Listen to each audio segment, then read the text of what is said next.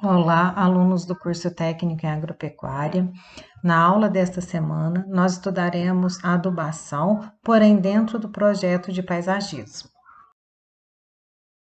Como eu havia falado com vocês, é extremamente importante nós entendermos a interpretação da análise química de solos.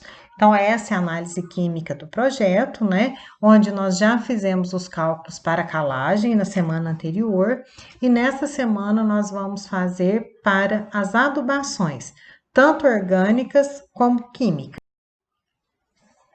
Na adubação orgânica, a incorporação de matéria orgânica aos gramados é importante, desde que a quantidade aplicada seja igual, né, ou maior a 10 litros por metro quadrado. Na verdade, nós vamos fazer ali uma aplicação de 10 litros por metro quadrado, uma vez que o teor de matéria orgânica no solo está 2,5%, ou seja, uma quantidade aceita.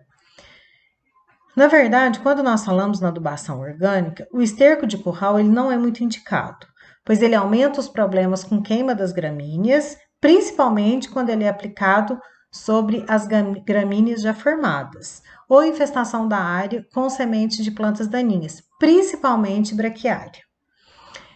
Então, nós vamos usar como fonte de matéria orgânica a compostagem orgânica, como eu já havia falado com vocês.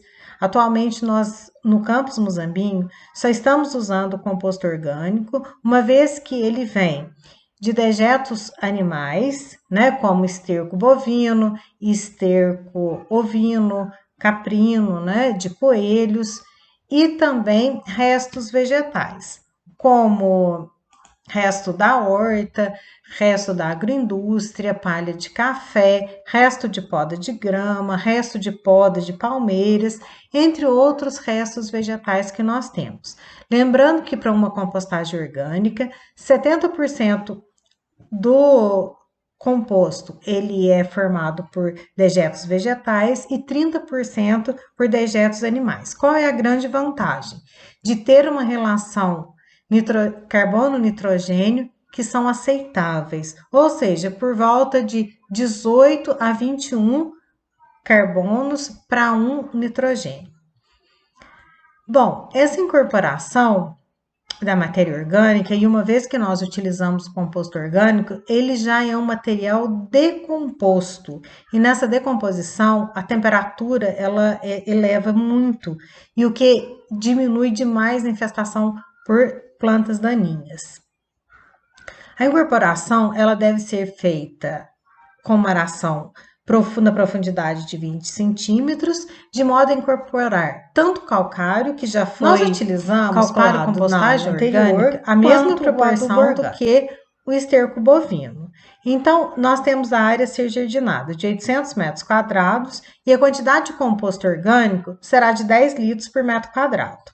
Então, a quantidade de composto, né, 850 vezes 10, vão dar 8.500 litros de composto orgânico, que vai ser incorporado, né, junto com o calcário, que são 225 quilos, como nós calculamos na aula anterior, a uma profundidade de 20 centímetros, 30 dias antes do plantio. Lembra que eu falei para vocês que quando nós trabalhamos com as culturas agrícolas, o calcário, ele é recomendado a aplicação 90 dias antes do plantio. Porém, em áreas jardinadas, nós recomendamos um período de 30 dias antes, justamente porque os nossos clientes eles já querem um jardim formado. Então, nós antecipamos essa data para 30 dias antes do. Bom, e para nós interpretarmos a análise de solo? Bom,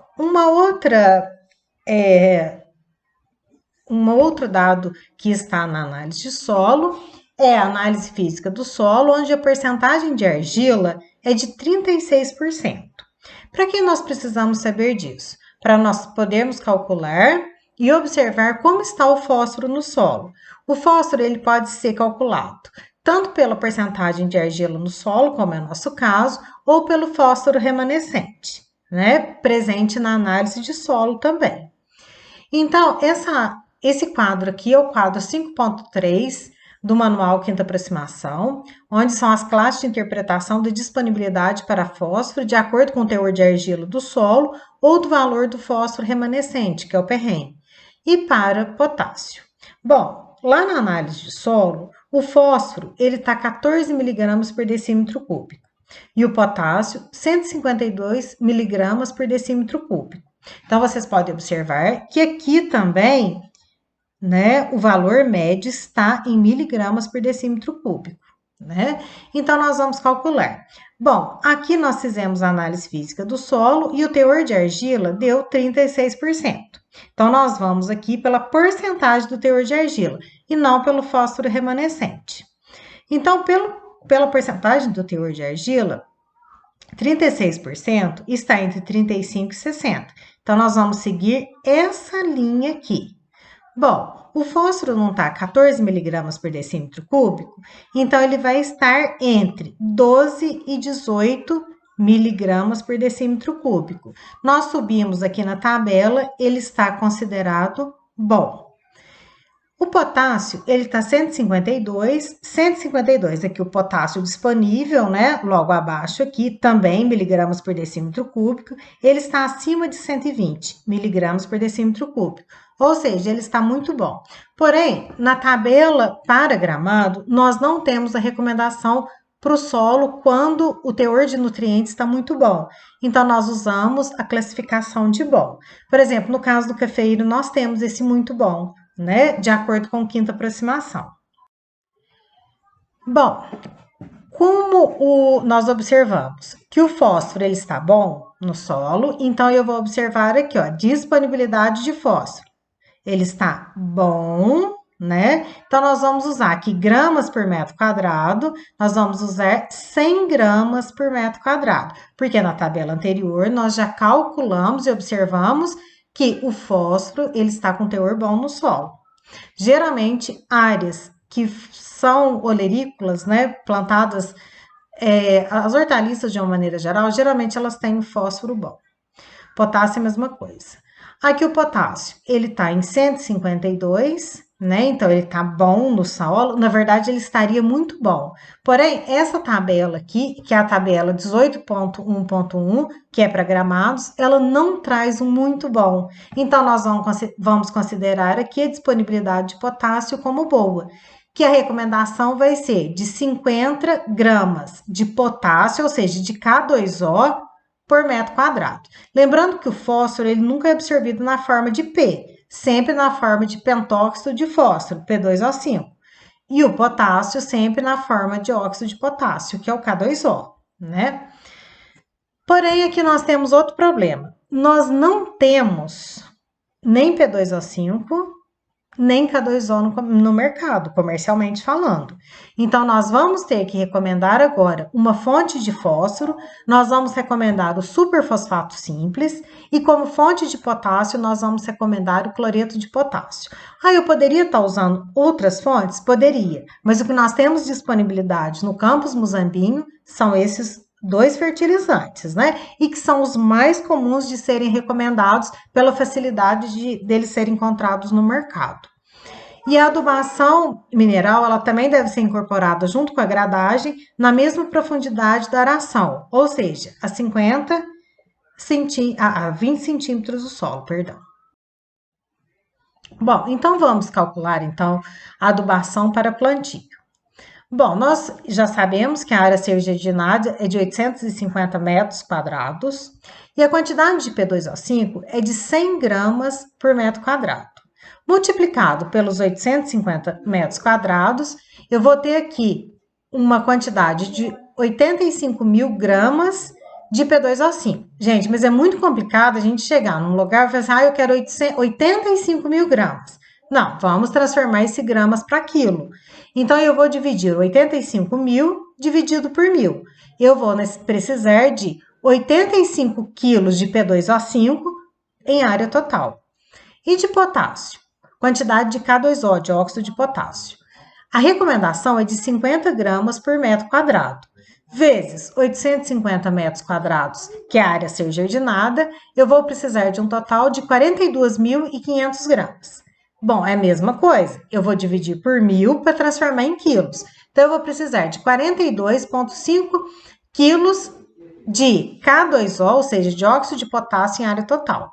Lembrando que esses nutrientes, né, eles não encontram no mercado, nós vamos transformá-los, então, nos produtos comerciais, os fertilizantes, né, comerciais. Então, nós vamos usar como fonte de P2O5 o superfosfato simples, que tem 18% de P2O5. E como fonte de K2O, óxido de potássio, o cloreto de potássio, que é o KCl, que apresenta 58% de K2O. Então, é uma regra de 3 bem simples. Nós falamos assim que adubação, quando nós entendemos uma regra de 3, não tem erro. Então, nós vamos fazer em 100 quilos de superfosfato simples, que é a porcentagem, eu tenho 18 quilos de P2O5. Ah, e se eu fosse usar gramas? Em 100 gramas de superfosfato simples, eu teria 18 gramas de P2O5. Porém, aqui nós precisamos de 85 quilos. Então, nós vamos usar em quilos, sempre com a mesma unidade. Então, e sempre quando vocês forem montar a regra de 3, unidade debaixo de unidade, que daí vocês não erram. Então, em 100 gramas, em 100 quilos de superfosfato simples, eu vou ter 18 quilos de P2O5. No entanto, a área vai precisar de 85 quilos de P2O5. Quanto de superfosfato simples que eu vou utilizar? Então, eu vou fazer a conta. 85 vezes 100 vai dar 8.500, dividido por 18, que dará um total de 472,2 quilos de superfosfato simples por área total, ou seja, pelos 850 metros quadrados de área a ser jardinada. Agora, a mesma coisa nós vamos fazer com cloreto de potássio. Em 100 kg de cloreto de potássio, eu tenho 58 kg de K2O, ou seja, de óxido de potássio. No total, eu vou precisar de 42,5, né, quilos de K2O. Mesma coisa, 42.500 vezes 100, que vai dar 4.250, dividido por 58, que dará um total de 73,3 quilos de cloreto de potássio. Então, no total, eu vou precisar, porque esses dados eu vou precisar passar para o campus. Eu vou precisar de 472,2 quilos de superfosfato simples e de 73,3 quilos de cloreto de potássio para eu poder fazer adubação em plantio de acordo com a análise de solo. E o cálculo de adubação em cobertura, nós vamos fazer a cobertura com nitrogênio, que vocês podem observar que não foi feito em plantio, só será feito em cobertura, e nós vamos também parcelar o potássio. Nós vamos utilizar o potássio também em cobertura. O fósforo não há necessidade.